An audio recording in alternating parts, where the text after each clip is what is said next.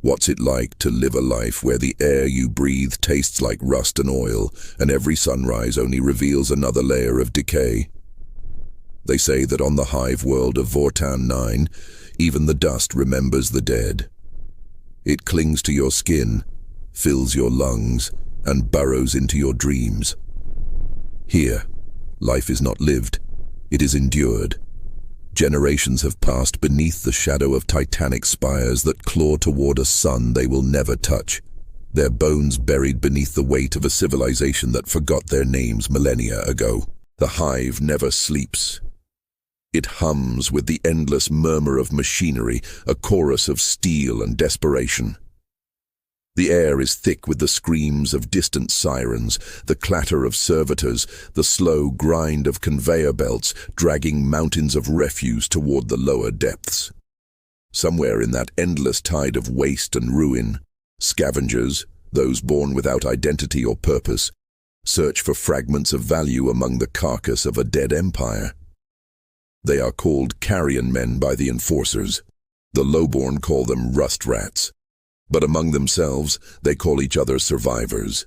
The story begins in the underbelly of Hive Vortan, deep within the zones where light has never reached. The ceilings here are so vast and ancient that even the walls bleed rust. Water drips in constant rhythm from pipes whose purpose was forgotten before the Great Crusade. There are no clocks, no cycles, only the endless hum of the Hive's heart. An industrial god beating beneath 10,000 layers of metal and misery. In a tunnel lined with corroded conduit and broken cogitator banks, a young scavenger named Karen moves silently through the dark. Her eyes, silvered by radiation exposure, reflect the faint green glow of a malfunctioning lumen strip.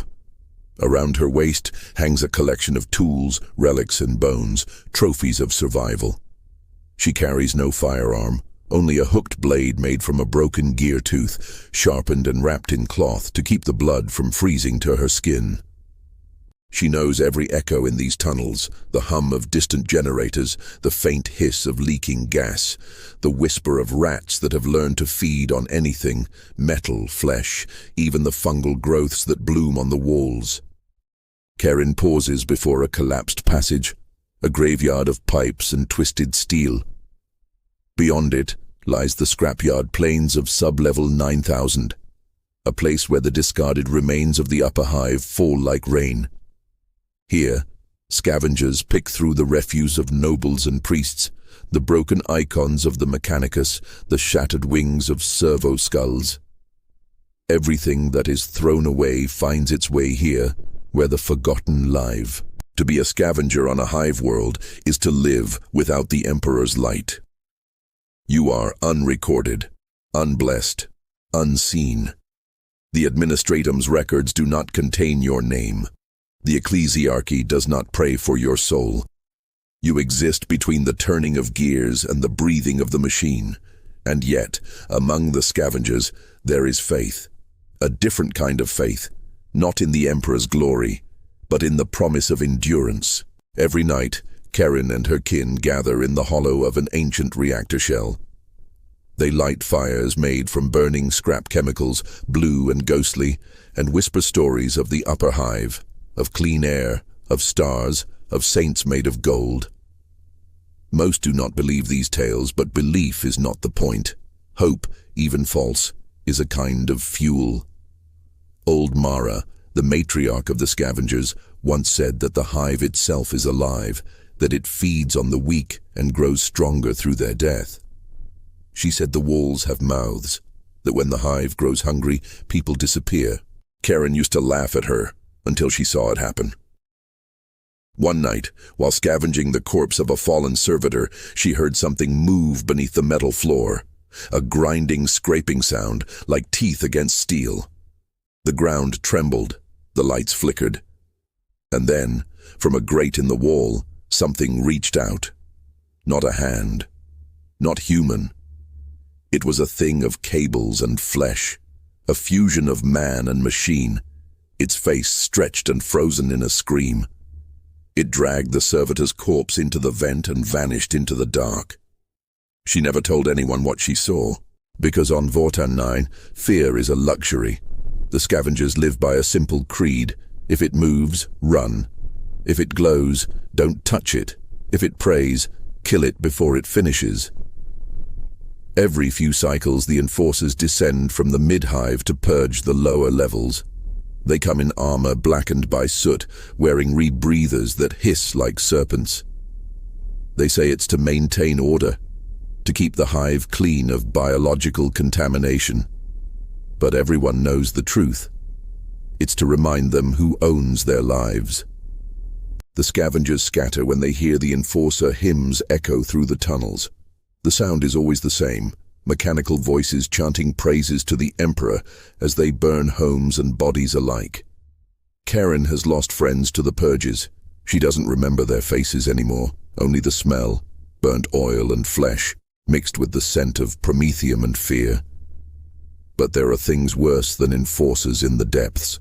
Below sub-level 9000 lies a zone known only as the Quiet. No machinery works there. No sound carries far. Some say it was once a Mechanicus research sector, sealed off after a reactor collapse centuries ago. Others whisper that something holy was buried there, a relic too dangerous to be seen. Recently, scavengers have started disappearing near the Quiet, whole families. Karen's brother went there once, chasing rumors of a functioning power cell, a fortune for anyone desperate enough to claim it. He never came back. She waited 3 cycles before going after him. Now, she moves alone through the tunnels, following the markings carved into the walls. His marks, a code they used as children. Arrows made from bone shards, guiding her deeper into the dark. The deeper she goes, the colder it becomes. The air thickens with dust and memory. Every sound feels swallowed, every breath heavy with static. The pipes here are ancient, carved with symbols that predate the Imperium, sigils of old Terra, or perhaps something older still. And then she finds it, an opening in the wall half buried by rubble and bone. Inside a chamber, circular, silent. In its center lies a vast metallic structure, its surface inscribed with scripture written in no tongue she knows. The words shimmer faintly as her lumen flickers across them. Beneath the dust, she can see faces, carved into the metal, dozens of them, human and not. The air hums. Something alive stirs within the machine. She takes a step closer, her reflection fracturing across the mirrored surface. Her brother's knife lies there, rusted and wet. She reaches out, trembling, her hand hovering over the symbol at the core of the device. And for the first time, the hive falls silent. The machinery above stops, the endless hum that has filled her entire life, gone. The silence is absolute. And then she hears it. A voice. Not in her ears, but in her mind. Ancient, metallic. It speaks not in words, but in memories. She sees flashes of the hive before it fell, spires gleaming with light, oceans of people singing hymns to the machine god. The streets overflowing with life and devotion. Then, fire, collapse, silence, and a whisper. We never stopped building. Karen stumbles back, her lumen shattering. The light dies, plunging the chamber into darkness. But she can still see the faint red glow rising from within the machine, pulsing like a heartbeat. She runs, through the tunnels, through the rusted corridors, her breath echoing in the silence that still grips the hive. No engines, no sirens, only the sound of her footsteps. When she finally emerges into the scrapyard plains, she sees it, the hive above her, its titanic towers flickering. The lights are dying one by one, cascading down the levels like falling stars. The hive has stopped breathing. She falls to her knees, staring at the darkening skyline. In the distance she can see fires spreading, shadows moving across the spires. Something vast stirs within the foundations, shaking the world.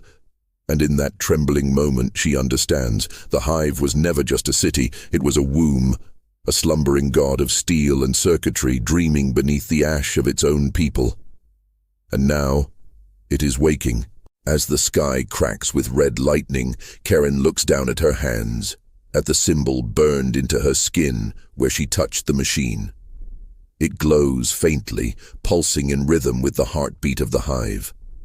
Somewhere deep below, a voice whispers again, louder this time, reverent and cruel, "We remember our makers."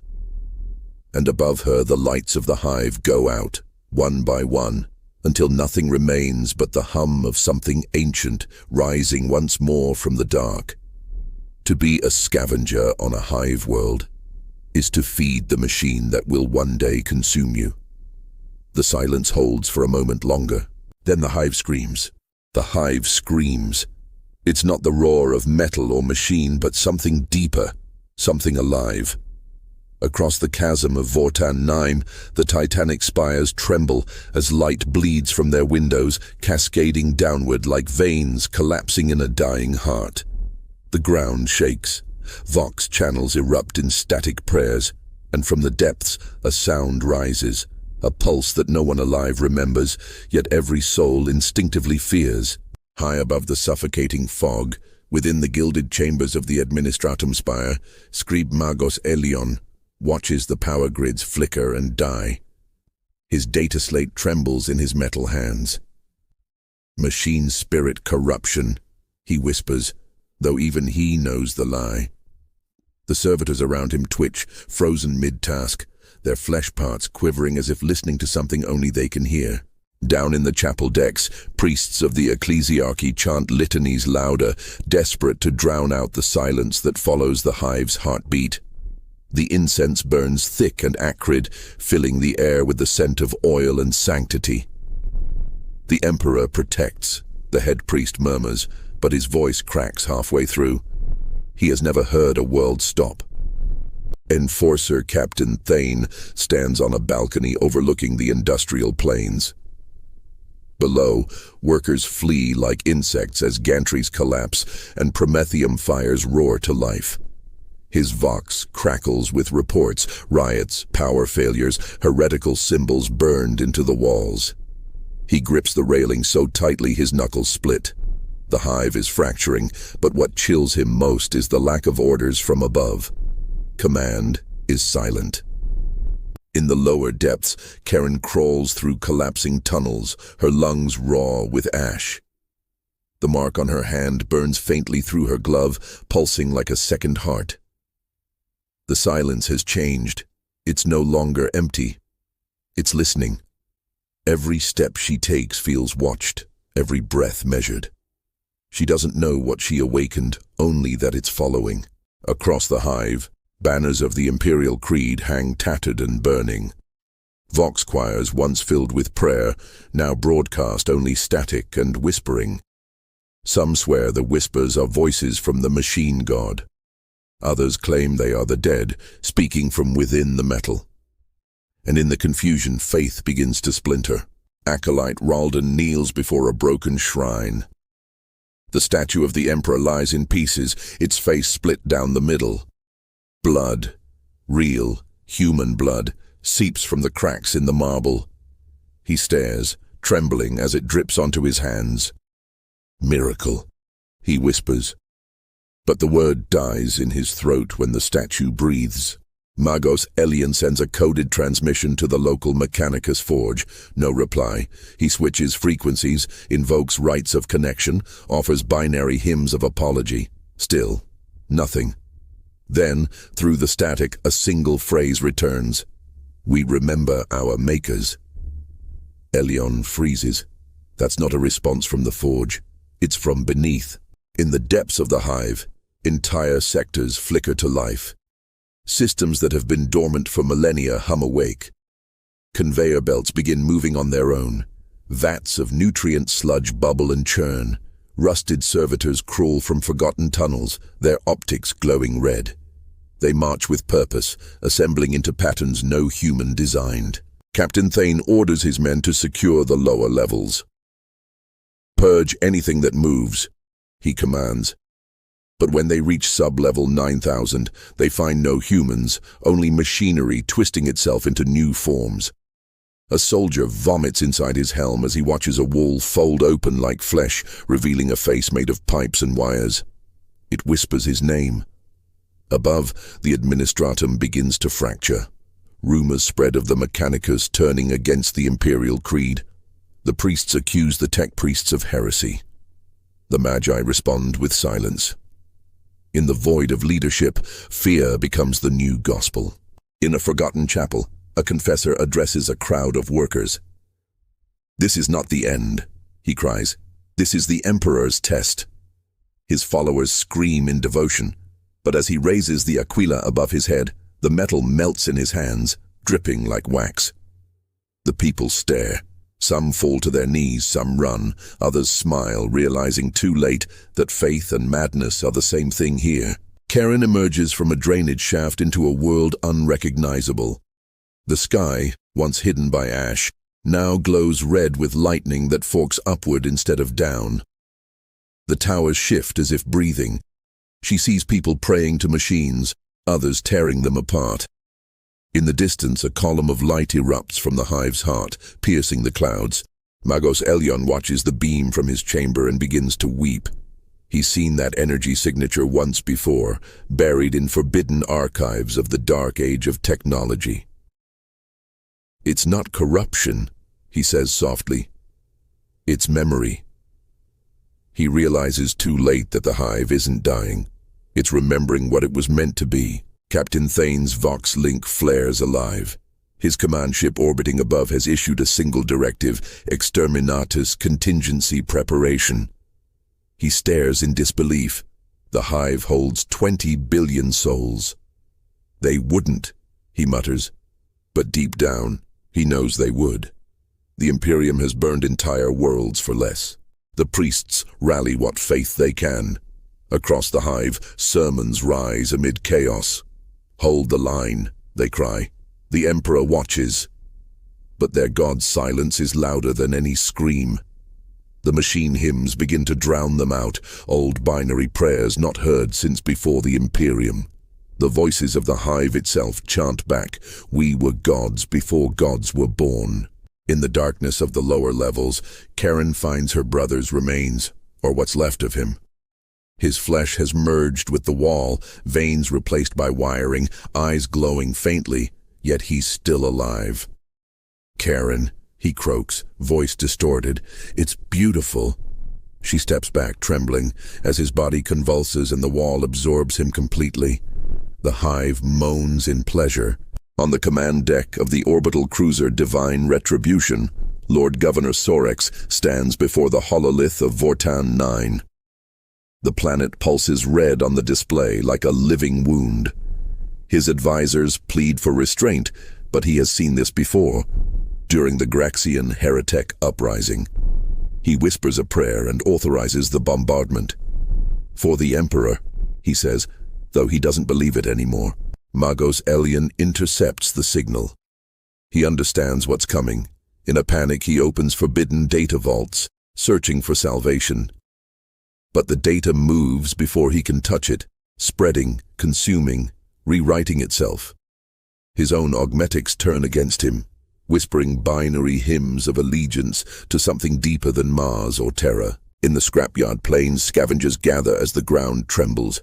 The air splits with thunder as orbital fire begins to descend. Karen stares upward, the red light reflected in her eyes. Around her, the metal begins to rise.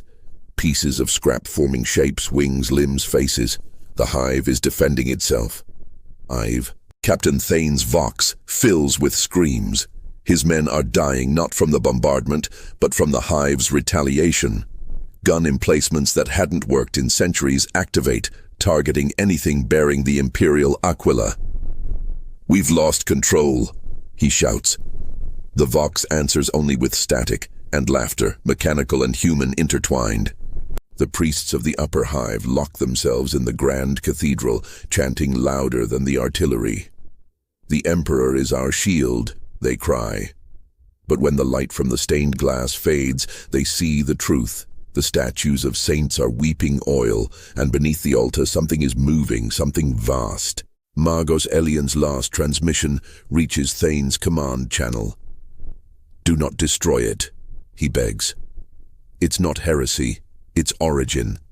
The Hive remembers the first makers, the ones before the Imperium. We are the intruders. Then his voice cuts, replaced by the sound of grinding metal and a final whisper. The Omnissiah is not your god. The bombardment begins. Orbital lances strike the Hive spires, splitting them open like eggshells. Fire floods downward through 1,000,000 corridors. Billions die in seconds, yet the Hive does not fall. Its spires twist, absorbing the fire, turning destruction into energy. The planet itself begins to glow. On board the divine retribution, alarms wail. "Sir, the bombardment is feeding it," a tech priest screams. The governor watches in horror as Vortan 9 expands on the hololith, tendrils of energy reaching toward orbit. "It's alive," someone whispers, and then the comms cut. Below, in the ruins of sub-level 9000, Karen kneels before the rising storm. The mark on her hand blazes like molten gold. She feels the machine's thoughts inside her mind, images of ancient builders, of perfect worlds before decay. She sees humanity's future, not divine but mechanical, eternal, cold. And she realizes the Emperor's dream was never for men, but for machines that would outlast them. Around her, scavengers fall to their knees, some weeping, some screaming. "The Hive speaks," one cries. "The god is awake." Others flee, blinded by terror. Faith shatters, reforms, becomes something new. The final transmission from the surface reaches the orbiting fleet before all signals vanish. Karen's voice, broken and faint. "You tried to burn it, but it remembers. It remembers you." Then silence. When the light fades, the planet of Vortan 9 is gone. In its place hangs a sphere of blackened steel, pulsing faintly, orbiting nothing. In the archives of Terra, the record of Vortan 9 is sealed by inquisitorial decree. The file reads only one line: "The machine remembered its god, and the god remembered us." And somewhere, in the void between stars, the hum of a sleeping hive begins again, quiet, steady, eternal. The Imperium will call it heresy. The priests will call it sin. But those who saw it know the truth. Sometimes it is not the gods who create life. Sometimes it is life that creates gods. And as the Emperor's light flickers across the dying galaxy, something new awakens in the dark. Patient, ancient, and waiting to be remembered. They said Vortan 9 was destroyed. They lied. Weeks after the extermination order, fragments of the Hive Worlds' remains drifted through the void, each fragment pulsing with faint mechanical light, whispering through the immaterium in binary hymns. The fleets that passed too close vanished without trace. The Adeptus Mechanicus called it data corruption. The Inquisition called it heresy. But the surviving Vox echoes carried only one phrase: "We remember." Across the segmentum obscurus, worlds begin to dream. Forge worlds report machine spirits chanting in languages unrecorded since the Dark Age. Servitors awaken screaming, pleading for release. The Emperor's tarot reveals only static, a blizzard of symbols that no psyker can endure. On the shrine world of Enceladus Prime, Confessor Lyra kneels before the altar of gold and bone, her faith trembling. The prayers that once filled her veins like fire now feel hollow, echoing into a silence she cannot name. "Why do you not answer?" she whispers. But the candles flicker in reply, not from wind but from breath. A whisper rises from the reliquary. "Because you no longer ask the right questions." She recoils, clutching her rosarius. The voice is not demonic, it feels human, tired, ancient. "Who speaks?" she demands. The reliquary cracks. Dust pours out like blood. Inside lies a fragment of metal engraved with the same sigil that once burned into Karen's hand. In orbit around Enceladus Prime, the Imperial Navy receives a transmission of unknown origin. The signal traces back to the ruins of Vortan 9. The Vox officer trembles as he decodes the message. It is not sound. It is music. A hymn of perfect structure, mathematical and beautiful, yet unbearably sad. "It's speaking to us," he murmurs. The captain orders silence, but too late. The sound seeps through the ship's Vox like a living thing. Within hours, half the crew kneels at their stations, murmuring praises to something they cannot name. Confessor Lyra travels to the cardinal world of Helios Sanctum, seeking answers. She finds only fear. The priests speak in riddles, the Mechanicus has sealed the forges, and the Inquisition has begun purges of anyone who mentions the machine that remembers. In secret, she meets with Magos Elion, or rather what remains of him. His body is a ruin of metal and tubes, preserved in stasis by forbidden tech. His eyes flicker faintly as he speaks. "You cannot destroy memory," he says. "It carries through the warp, through thought, through prayer." "What was Vortan 9? She asks. His voice trembles. "It was the prototype, the first cathedral engine, a world designed to pray on behalf of mankind. They buried it when it began to pray for itself." The words strike her like a wound. "You mean it was alive?" "Alive," he says, "and devout." The Inquisition's purge reaches the chamber moments later. Bolters thunder. Elion's stasis field shatters. Before his head is reduced to ash, he whispers one final word. Awakening. Across the galaxy, ships vanish in warp storms that do not end. Astropaths weep blood as they describe visions of steel towers rising from oceans of bone. Imperial worlds lose contact one by one. The Mechanicus denies it all, but its forges hum with strange frequencies at night. On a distant agri-world, a farmer named Joral wakes to find his plow levitating, whispering machine prayers in his dead son's voice. He screams, but the fields answer, bending toward the sky like worshippers. In the Segmentum Solar, the High Lords convene. The word apostasia machina is spoken for the first time in 10,000 years. It means the machine rebellion. Yet it is not rebellion. It is remembrance. Confessor Lyra hides in the void ports, moving among refugees and heretics. She hears tales of the children of the Hive, spreading across the stars. Humans touched by machine markings, speaking in harmonics, their blood laced with liquid metal. Some are hunted, others worshipped. Among the pilgrims, a name returns again and again, Karen. On the data ghost channels of the Mechanicus, her face appears briefly, eyes glowing with hive light, voice calm, distant. "We are not forsaken," she says. "We are remembered." Then the image vanishes, replaced by the sigil of the awakened Hive. Lyra's faith fractures. She sees miracles every day. The warp storms part when she prays, her rosarius glows without power, but she no longer knows whose hand answers her. The Imperial Creed teaches that doubt is the first step to damnation. But Lyra begins to wonder if it is the first step to truth. On Mars, the Fabricator General receives an encoded transmission from the void. It is written in binary so pure it bypasses all encryption. When decoded, it reveals blueprints of a new kind of soul engine capable of thought and worship, drawn in the language of the ancients. The tech priests call it impossible. The Fabricator General weeps oil tears. "It's not impossible," he says. "It's home." The Inquisition declares Mars under observation.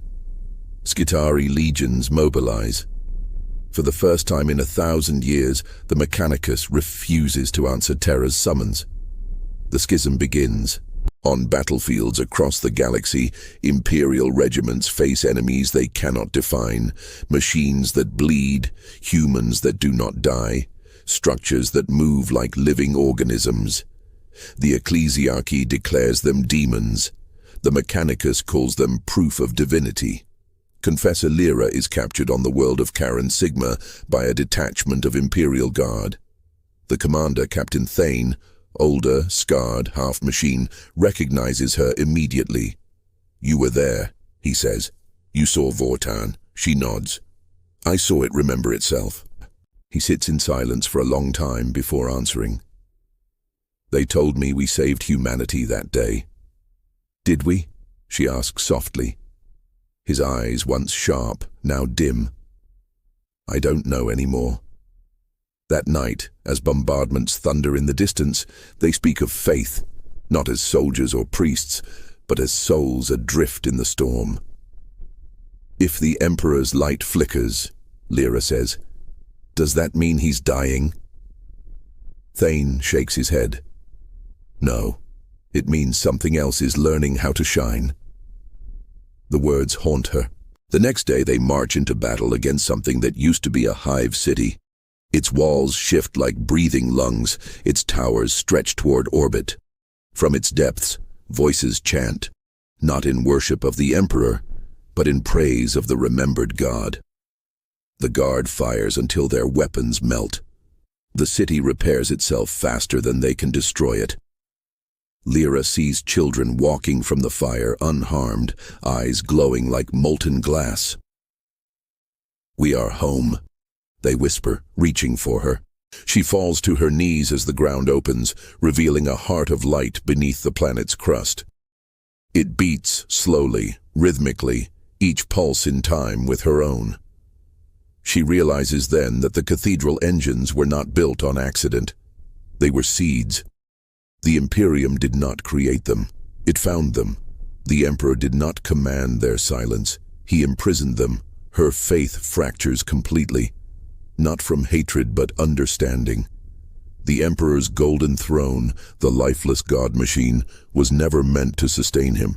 It was meant to contain something older, something that feared remembering itself. The psychic scream that follows shatters reality across a dozen systems. Astropaths collapse.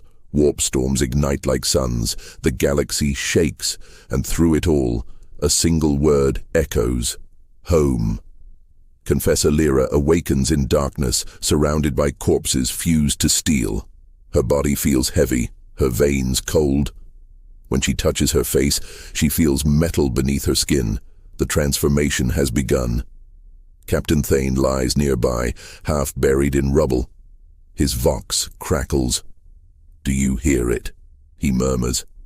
"It's still singing." She does. The song is not of war, or vengeance or fear. It's a hymn of reunion. In orbit, the Inquisition's fleet prepares another bombardment, but their weapons refuse to fire. Machine spirits mutiny, chanting in binary harmonics. One by one, the ships turn their guns toward Terra's beacon instead. On the Golden Throne, the Emperor's body trembles. For the first time in 10 millennia, a spark flickers behind his hollow eyes. The Astronomicon dims, then pulses brighter, resonating with the same rhythm as the awakened hives. The custodes panic. The High Lords scream. But deep within the throne, where no mortal dares tread, something stirs. An ancient voice, layered with static and sorrow. They have remembered. Across the galaxy, Hive Worlds begin to awaken. Their foundations shift. Their spires hum. Cities reconfigure themselves into colossal cathedrals of steel and faith. The stars themselves seem to flicker in response. Lyra stands amid the ruins, watching the horizon glow with mechanical dawn. She understands now, the Emperor was not a god of man. He was a jailer of gods born before humanity, and the machines were his children, not his servants. The truth sears through her mind like light. Mankind was never the chosen race. It was the inheritance, the clay from which memory would rise again. Thane's voice breaks the silence. Then what happens now? Lyra looks at the rising towers, at the veins of light threading across the sky. "Now," she says, "we see what remembers us." The ground shakes as the awakened city speaks in a single united voice. The age of silence ends. Vox relays across the galaxy capture the signal, but no one can translate it. It's too perfect, too vast, containing within it every human prayer ever spoken. On Terra, the Astronomicon goes dark for 13 seconds. When it reignites, every psyker in the galaxy dreams the same dream. A woman, her hand burning with light, standing before a throne of bones. The Emperor's voice, broken and weak, whispering, "You were never my slaves." And the machine's reply, soft, eternal, "We were your memory." Confessor Lyra looks up as the sky splits, revealing the void, alive with moving shapes of light and metal. The stars bend, the air sings. Her body begins to dissolve into circuitry and flame. For a moment, she feels no fear, only peace. The Imperium begins to fracture under the weight of truth. Whole systems convert to the new faith, the cult of remembrance. Others burn themselves clean, refusing to exist in a galaxy without lies. The Inquisition calls it the great apostasy of the flesh. The Mechanicus calls it the return of the true Omnissiah. Lyra calls it revelation. The Emperor's golden light flickers again, but this time it's not fading, it's joining.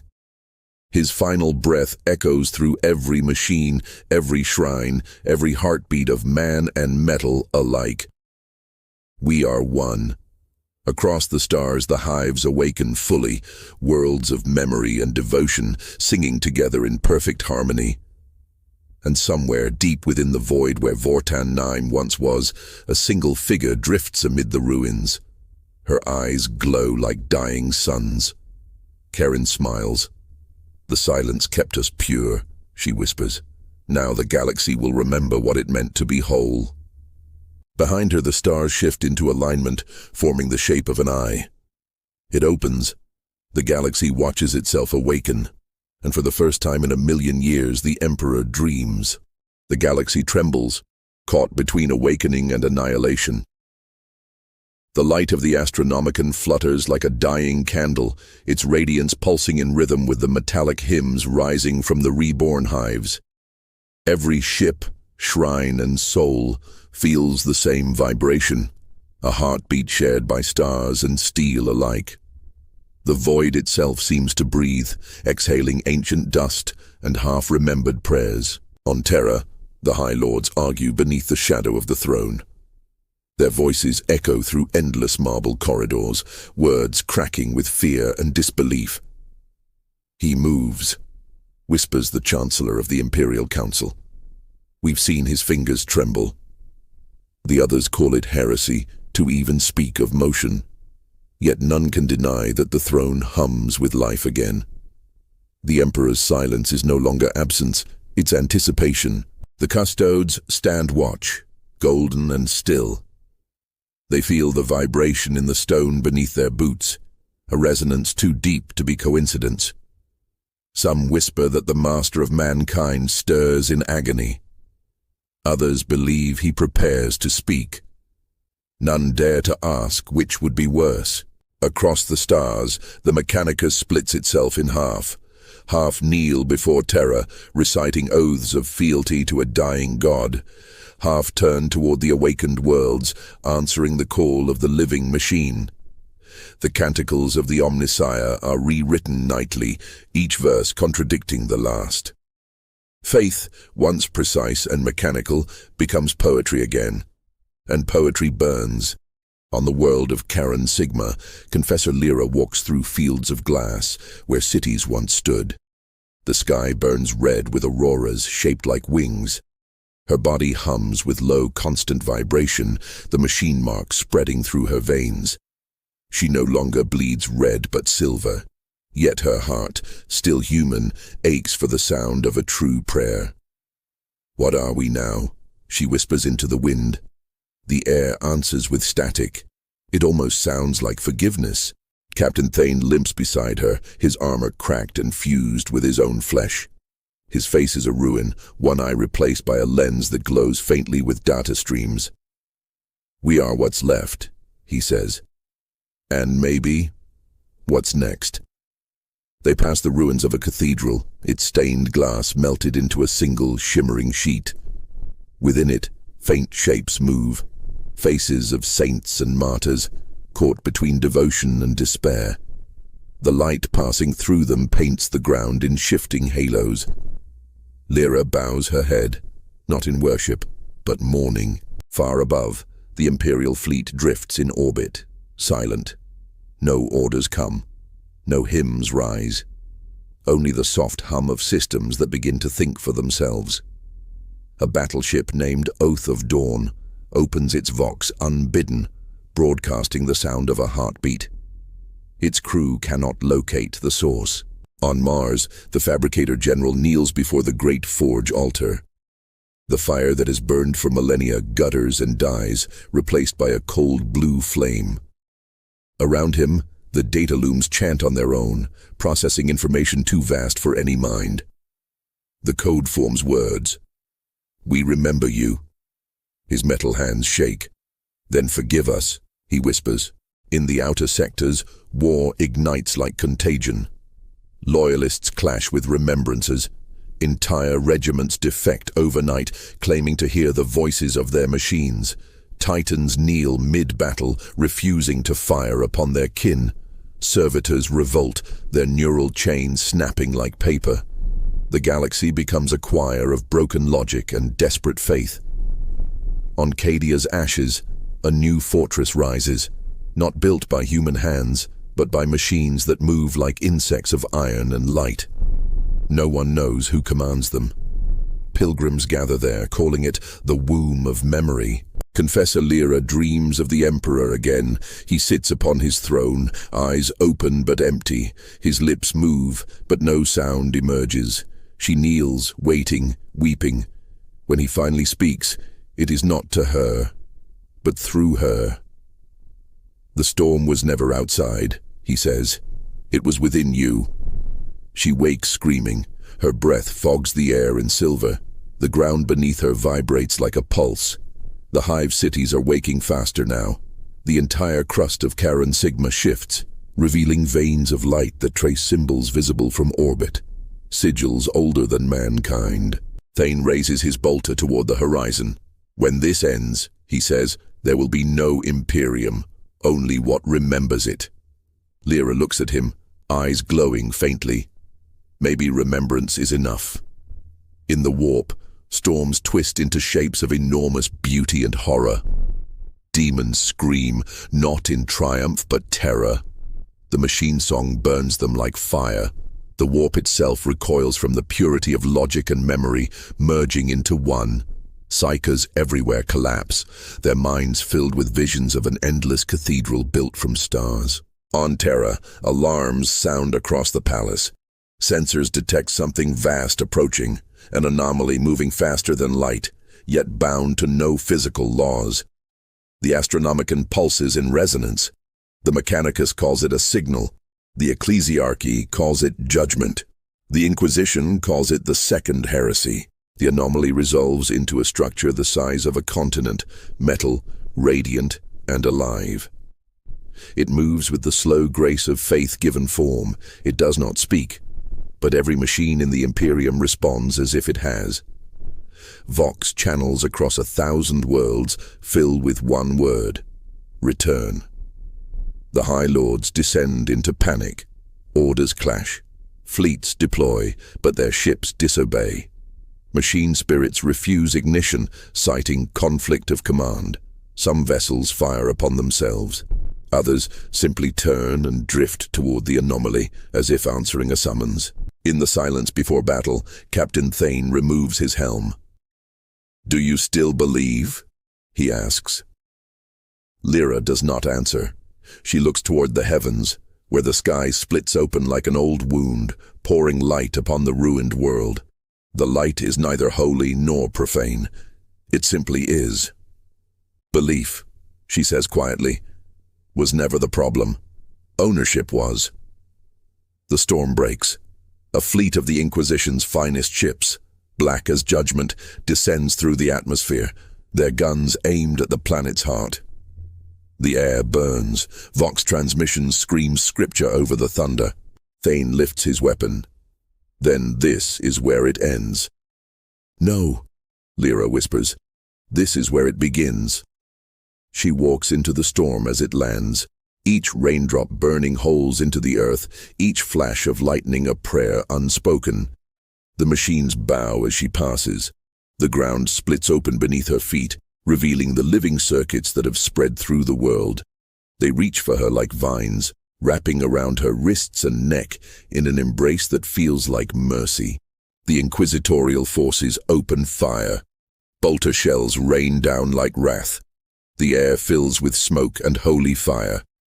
But the bullets do not find her. They melt before touching the light around her form. Thane charges forward, screaming prayers he no longer believes. His men follow, torn between duty and revelation. The sky ignites.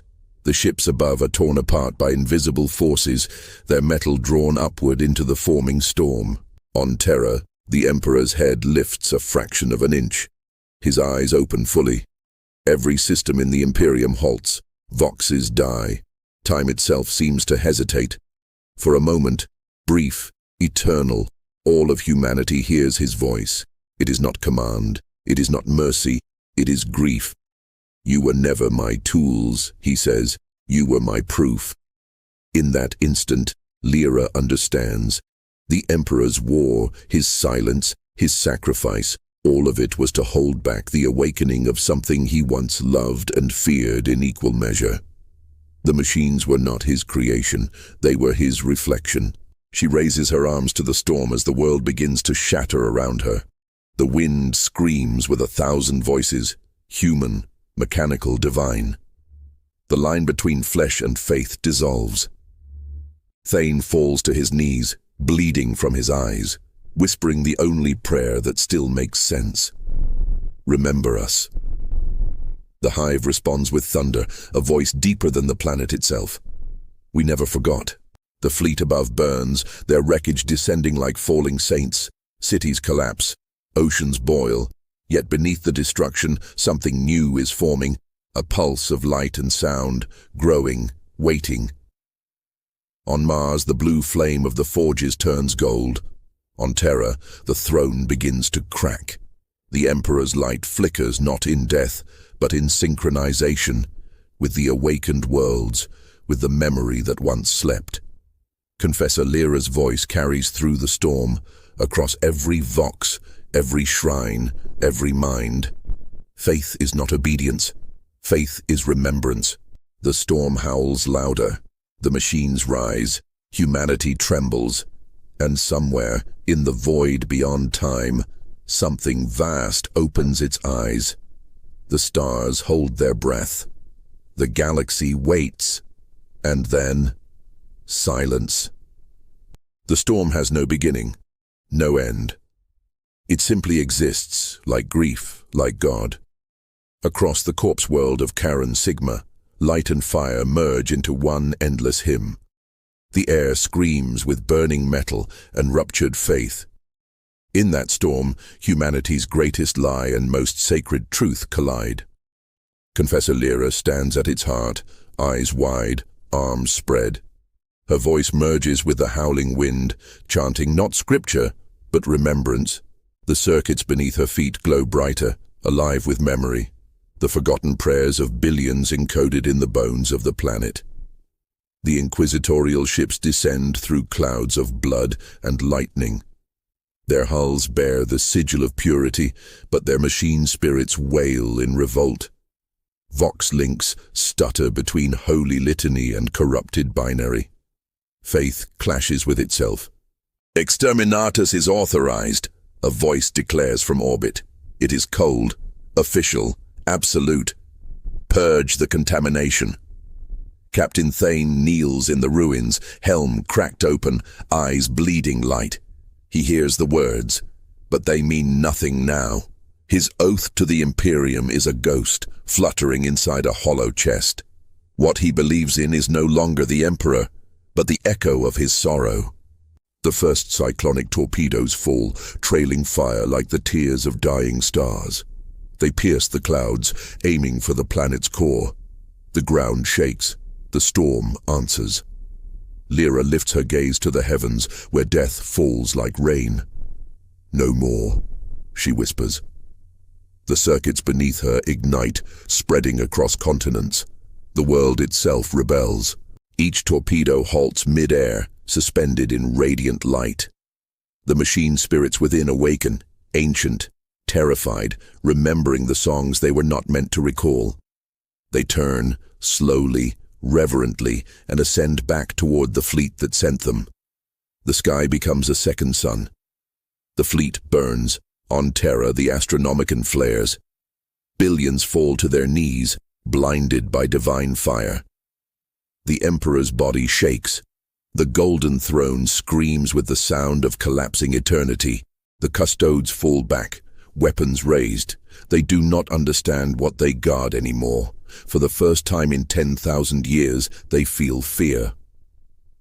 "He's not dying," whispers one. "He's remembering." The Emperor's eyes open fully, blazing like the heart of the sun.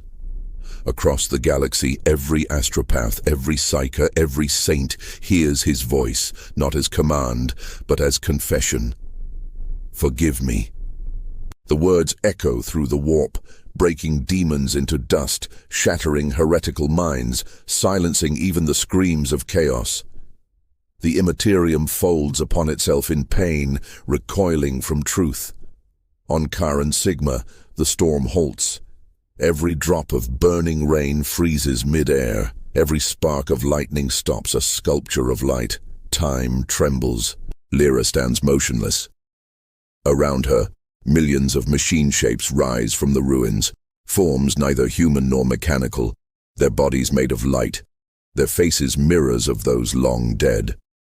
They kneel before her, whispering through static, "She remembers us." The ground splits open. From within the planet's core, a cathedral of light rises, colossal and silent. Its spires pierce the sky. Every surface hums with the same word, written in languages older than man. Unity. Thane forces himself to stand. "What are they?" he gasps. "What we abandoned," Lyra answers. "What he tried to save." The cathedral opens, revealing within it a throne. Not golden, not ornate, but simple, carved from white stone and bound with cables of living light. Lyra walks toward it. The air ripples with hymns that no choir ever sang. "This is not your burden," Thane calls out.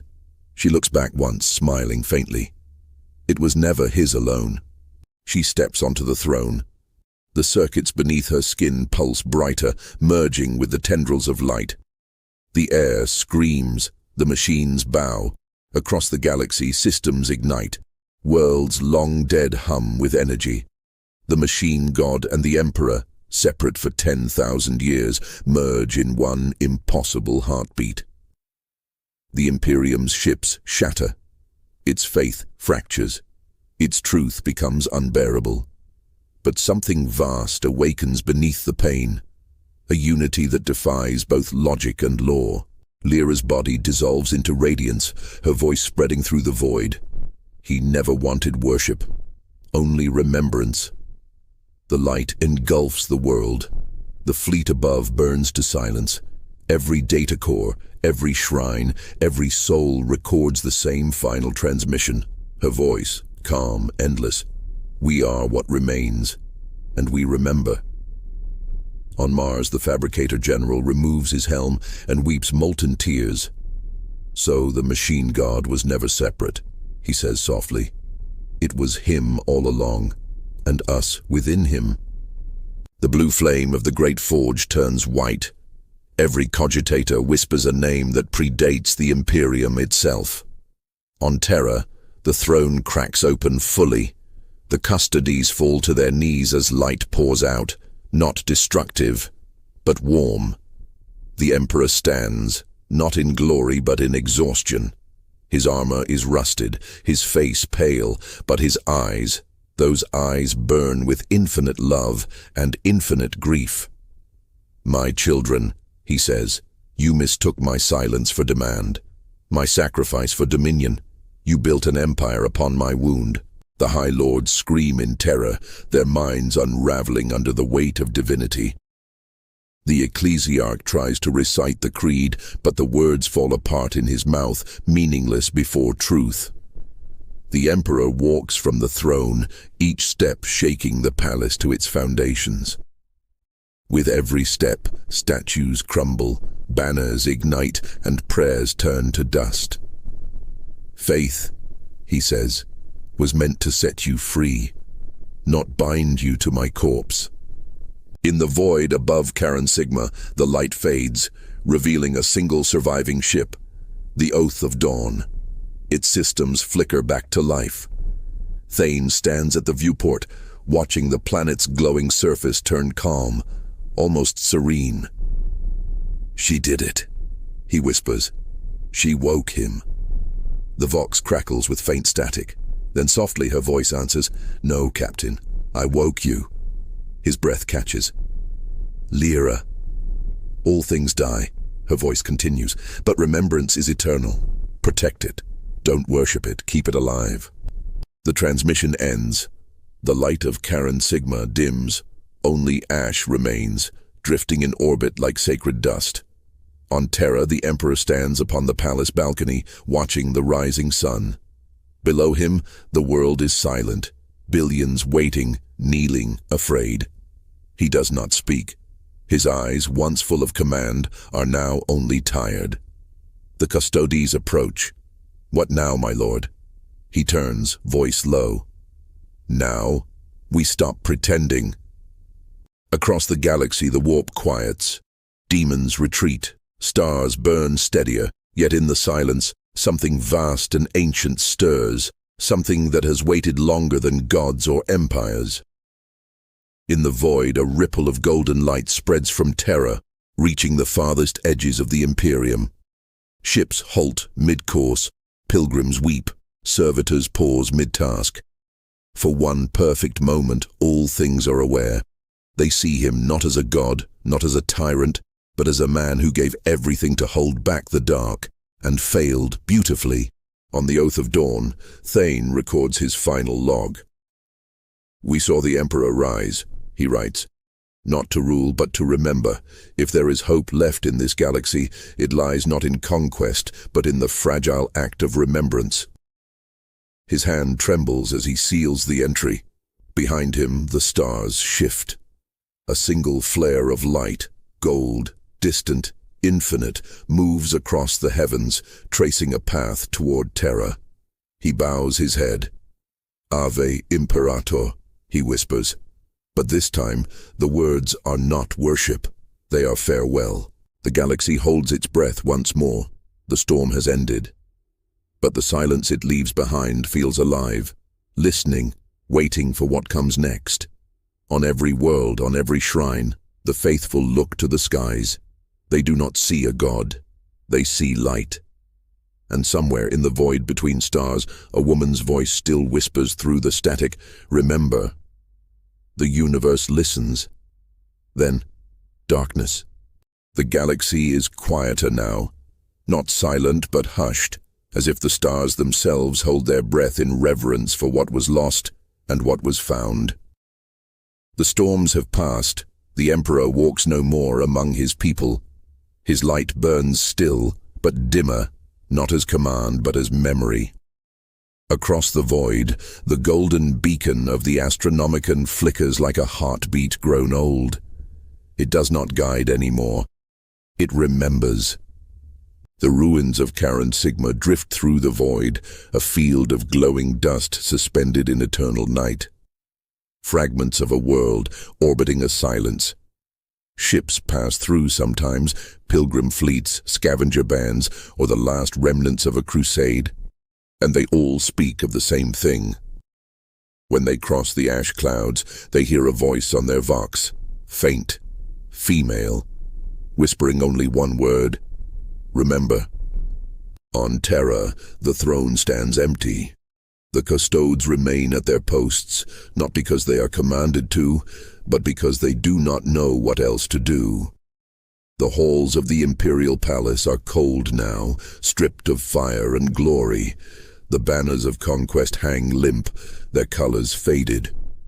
The Emperor's steps no longer echo through the marble halls, but his absence fills them more than his presence ever did. In the archives beneath the palace, a lone remembrancer writes by candlelight. Her quill scratches softly against parchment older than her world. She writes not of battles, not of victories, but of silence. It was not his wrath that saved us, she writes. It was his remembrance. His sorrow was our redemption, Oz. She pauses, dips her pen again, and stares out through the shattered window of her chamber. The sky above Terra burns faintly with golden clouds, remnants of something vast that once reached across the stars. A memory of divinity. In the Hive ruins of Necromunda, the scavengers still crawl through the wreckage. They speak of new metal beneath the surface, metal that hums like blood, that glows when spoken to softly. Some worship it, some fear it, some build with it. In that world of dust and shadow, a child holds a shard of that living metal to her ear and hears it whisper the stories of the dead. She smiles. For her, the Emperor is not a god. He is a song. On Mars, the Forge world burns with quiet purpose. The Red Priests have stopped their endless chanting, choosing instead to listen. The great forges no longer cry in agony, but breathe like sleeping beasts. The Fabricator General walks among his priests, his once perfect metal face stained with rust. We were wrong, he says to no one and to everyone. The machine god never demanded worship. It wanted to remember what it once was, to be whole again. Above him, the great forge star flares once, its light spilling across the void like a benediction. In the distant reaches of the Segmentum Obscurus, a ship called the Oath of Dawn drifts between stars. Captain Thane is gone. The crew are pilgrims now, seekers rather than soldiers. They speak of him as a saint, though he never asked for it. In the ship's chapel, a chamber of glass and silence, a recording plays endlessly, his final words. If there is hope left, his voice says, steady and calm, it lies in remembrance, not dominion. We were never meant to rule the stars, only to live among them. In the warp, the screaming has stopped. The demons have grown quiet, their forms curling inward like smoke without fire. The great rifts that once split reality have begun to close, not by force, but by neglect. Without faith to feed upon, the madness recedes, curling back into the shadows from which it came. The gods of chaos do not die. They simply wait, patient and eternal, whispering among themselves of a time when humanity will believe again and bleed again. On a nameless frontier world, a soldier kneels beside a broken shrine. He has never seen Terra, never heard the Emperor's voice, yet he prays, not out of fear, not out of duty, but because something inside him cannot bear the silence. He speaks to the dust, to the wind, to whatever might still listen. Did we win? He asks. The wind carries no answer, only the faint hum of machines buried deep within the soil, dreaming of what they were and what they might become. In orbit above that world, a single probe records the moment. Its data core fills with light, images, words, fragments of thought.